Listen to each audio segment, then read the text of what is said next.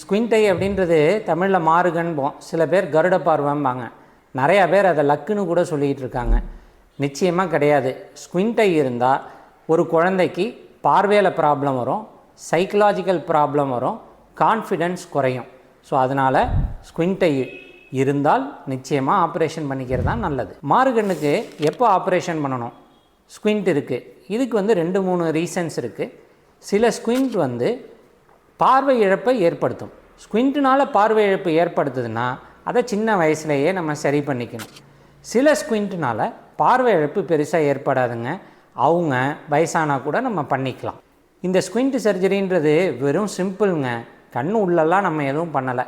கண்ணோட சைடில் கண்ணுக்கு மேலேயும் கீழேயும் மசில்ஸ் இருக்குது, அது கயிறை கட்டி இழுக்கிற மாதிரி 2 சைடும் இழுக்குது, அதுக்கு தகுந்த மாதிரி கண் திரும்புது.